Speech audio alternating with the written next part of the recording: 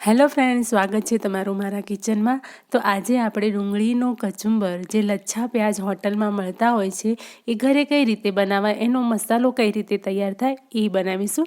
તો એના માટે મેં અહીંયા મીડિયમ સાઇઝની 3 ડુંગળી લીધી છે। જો તમારે કચુંબર વધારે જોઈતું હોય તો તમે વધારે ડુંગળી લઈ શકો છો।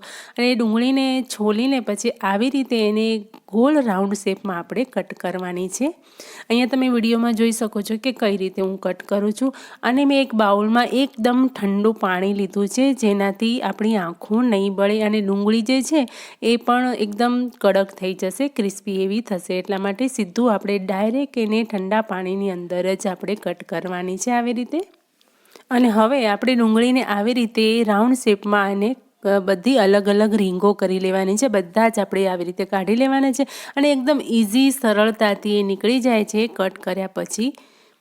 અને ઠંડા પાણીમાં જ આપણે આ કરવાનું છે। તો આ બધા જ આપણે એના રાઉન્ડ બધા કાઢી લીધા પછી હવે આપણે આની અંદર ઉમેરીશું બરફ। બરફ શું કામ કરશે કે આ જે ડુંગળી છે ને અને પછી આપણે જે મસાલો અંદર ઉમેરીશું ને તો મસાલાને ઉમેરવાથી ડુંગળી એકદમ ઢીલી પડી જતી હોય છે, તો એ ઢીલી નહીં પડે અને ક્રિસ્પી થશે એટલા માટે। તો એના માટે બરફ ઉમેરવો જરૂરી છે। તો અહીંયા મેં થોડો બરફ ઉમેરી દીધો છે અને આને સાઈડમાં મૂકી દઈશું 20 મિનિટ માટે। તમને જો ઉતાવળ હોય ને ફટાફટથી કરવું હોય તો 10 મિનિટ પણ તમે આને મૂકી શકો છો સાઈડમાં। અને 10 મિનિટ પછી આપણે ડુંગળીને નિતારી લેવાની છે। એની અંદરનું જે પાણી છે આપણે કોઈપણ ચાળણીમાં કે ઝારામાં આપણે એને નિતારી લેવાનું છે। અને એનું અંદર પાણી જરા પણ રહેવું ના જોઈએ, એવી રીતે જ આપણે એને એકદમથી નિતારી લેવાનું છે અને કોરી કરી લેવાની છે। કપડાથી નથી લૂછવાનું, એમ કરવા જશો તો ડુંગળી એકદમ તૂટી જશે।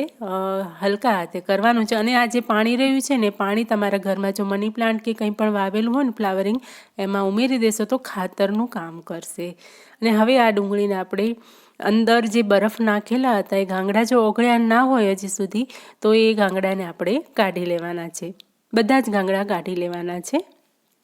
અને જો બરફના ટુકડા રહી જશે ને તો મસાલો અંદર આપણે એડ કરીશું તો બધું પાણી પાણી થઈ જશે। તો બરફને બધાને આપણે જોઈને કાઢી લેવાના છે। અને હવે તૈયાર કરીશું આનો મસાલો। તો એના માટે મેં એક અડધી ચમચી, નાની એવી અડધી ચમચી જેટલો મેં અહીંયા ગરમ મસાલો લીધો છે, અડધી ચમચી મેં અહીંયા કાળા મરીનો પાવડર લીધો છે, અને એક નાની ચમચી મેં સંચર પાવડર લીધો છે, અડધી ચમચી મેં મીઠું લીધું છે, અને એક નાની ચમચી મેં કશ્મીરી લાલ મરચું લીધું છે, અને એક નાની ચમચી મેં અહીંયા ધાણા જીરું પાવડર લીધો છે। આ બધી જ વસ્તુઓને આપણે સારી રીતે મિક્સ કરી લેવાની છે। સારી રીતે એટલા માટે હું કહું છું કે જે સંચર હોય છે ને એના અંદર ગાંઠો હોય છે, અને ગાંઠો જો રહી જશે ને તો આપણે ખાતી વખતે મોઢામાં આવશે તો કડવો સ્વાદ લાગે છે। તો હવે આ ડુંગળી કોરી થઈ ગઈ છે, તો એની અંદર મેં ઝીણા સમારેલા લીલા મરચાં ઉમેર્યા છે। અને હવે આપણે 1 ચમચી જેટલો અહીંયા જે મસાલો આપણે તૈયાર કરેલો છે એ મસાલો આપણે અહીંયા છાંટવાનો છે।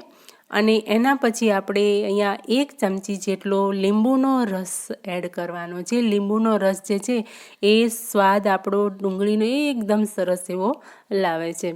હવે આ બધી જ વસ્તુને આપણે હલકા હાથે મિક્સ કરી લેવાનું છે।